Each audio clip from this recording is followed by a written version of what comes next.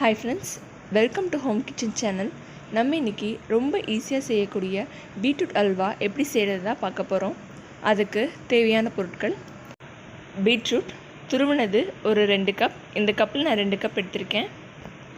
அப்புறம் முந்திரி, திராட்சை, ஏலக்காய், பால் ஒரு கிளாஸ் எடுத்திருக்கேன். சர்க்கரை இந்த கப்பில் ஒரு 1/4 கப் எடுத்திருக்கேன். அடுத்து ஒரு கடாயில் ஒரு 2 ஸ்பூன் போல் நெய் விட்டுக்கிறேன். முந்திரி திராட்சையும் இந்த நெய்யில் நம்ம வறுத்து எடுத்துக்கலாம்.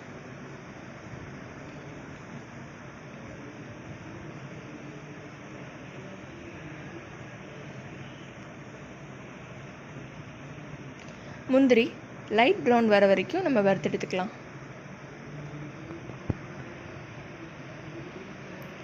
முந்திரி லைட்டாக கலர் சேஞ்ச் ஆகுது. இப்போ திராட்சை சேர்த்துக்கிறேன். திராட்சை நல்லா பலூன் மாதிரி வர வரைக்கும் நம்ம வறுத்து எடுத்துக்கலாம். இப்போ திராட்சை நல்லா பலூன் மாதிரி வந்துருச்சு. இப்போ இதை வெளியே எடுத்து வச்சுக்கிறேன்.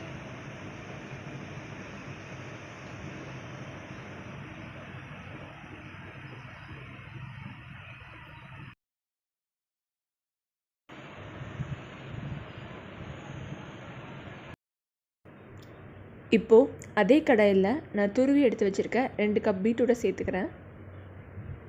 பீட்ரூட் நல்லா பச்சை வாசனை போகிற வரைக்கும் நல்லா வதக்கி எடுத்துக்கலாம்.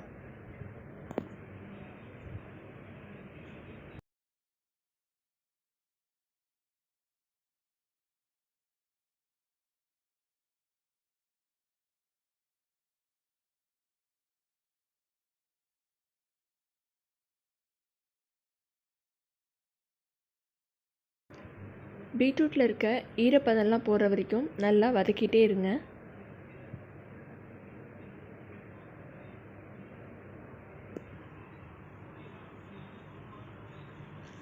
கொஞ்சமாக ஒரு ஸ்பூன் போல் நெய் சேர்த்துக்கிறேன். சேர்த்துட்டு இந்த பீட்ரூட்டை நல்லா வதக்கிக்கோங்க.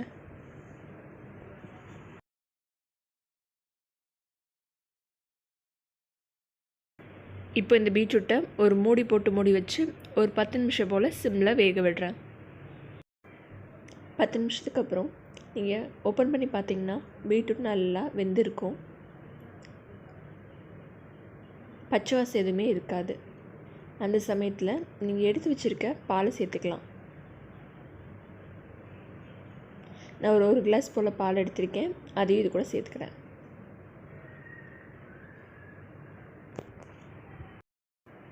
இந்த பாலோடையே பீட்ரூட் நல்லா வேகட்டும்.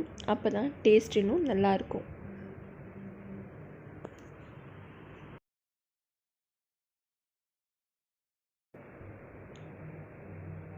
இப்போ ஓப்பன் பண்ணி பார்த்திங்கன்னா பீட்ரூட் நல்லா பாலில் வெந்து ஒரு திக்கான கன்சிஸ்டன்சியில் இருக்கும். இந்த சமயத்தில் நான் எடுத்து வச்சுருக்கேன் ஒரு 1/4 கப் போல் சர்க்கரை சேர்த்துக்கிறேன். சர்க்கரையை பார்த்து சேர்த்துக்கோங்க. பீட்ரூட்டில் ஆல்ரெடி இனிப்பு இருக்கிறதுனால நான் கம்மியாகவே சேர்த்துக்கிறேன்.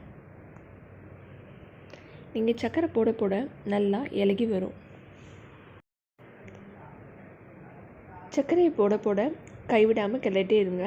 அப்போ தான் இனிப்பு எல்லா இடத்துலையும் நல்லா சாரும். கொஞ்சம் கொஞ்சமாக நல்லா கலர் சேஞ்ச் ஆகிட்டே இருக்கும்.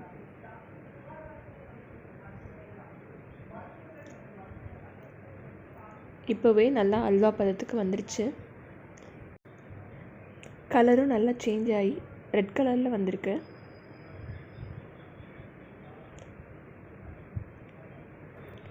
நெய்யெல்லாம் நல்லா பிரிஞ்சு வந்து இந்த மாதிரி பதத்தில் இருக்கும்போது எடுத்து வச்சுருக்க 2 ஏலக்காவை நான் சேர்த்துக்கிறேன்.